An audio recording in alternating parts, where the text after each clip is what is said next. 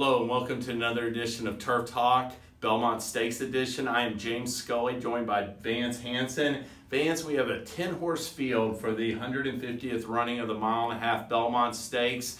And of course, the big storyline is Justify. He's trying to become the 13th Triple Crown winner in American racing history, and the second one in 3 years since joining American Pharoah in 2015.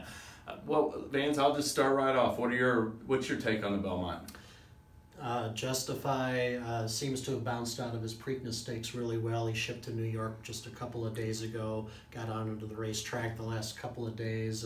People are still raving about him, even though his margin of victory was diminished a little bit from the Derby to the Preakness. Obviously the horse to beat, in my opinion.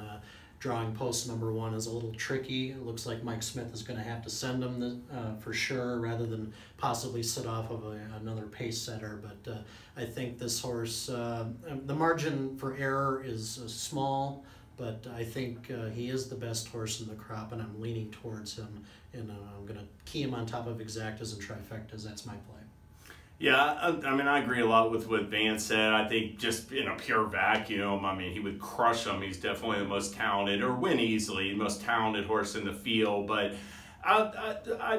I'll say this about the Preakness. I give him a ton of respect for that effort, but that performance didn't leave me like brimming with confidence about his Belmont chances. Now, I have like gone a little bit of a roller coaster where, you know, as Vance said, I thought he just trained great at Churchill Downs. You know, doesn't look any worse for the wear. His coat is great. You know, just his head, his whole body, just well composed. Just looks like $1 million like he did before the Derby. But that rail post to me was just, I mean, the absolute worst starting position. I thought an inside post cost California Chrome a viable chance of the Triple Crown in 2014, and I think that it's a possible killer for Justify. I just think that if he gets out, if Mike Smith and Justify get out to clearly going into the first turn, the race could be over from that point. But if he's catching pressure, that's going to set it up for somebody else, and that horse, in my estimation, is tenfold. I think he's bringing improving form into the race. He's only had one bad effort, and that was at Arkansas Derby after he broke his maiden in allowance, and I can give him a break for that because he didn't make his debut till February. The Preakness was a huge step forward. He still has plenty of upside at Curl and Colt, and he's trained great as well in preparation. So I'm going to give the edge to tenfold. I'll use Justify second, and Blended Citizen is my in the money crasher. Before we get out of here, Vance, any other horse? Dynamite card, 9 stake races. It's like a mini Breeders' Cup kind of program on Belmont Day. And any other thoughts you have on the undercard?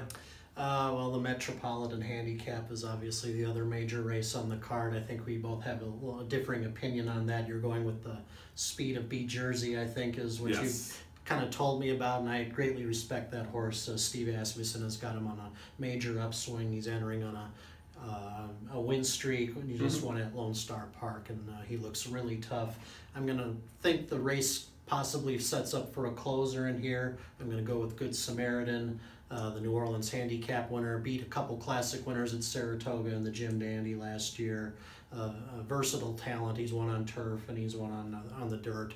And I think a mile might hit him between the eyes. You're looking for that Honor Code trip, or an Honor Code close last the first, brilliant fashion to win. So Vance is on a closer, Good Samaritan. I'm on the Speed, picking a wire-to-wire win for B Jersey. Thanks for joining us for Turf Talk, and enjoy the Belmont Stakes, everybody.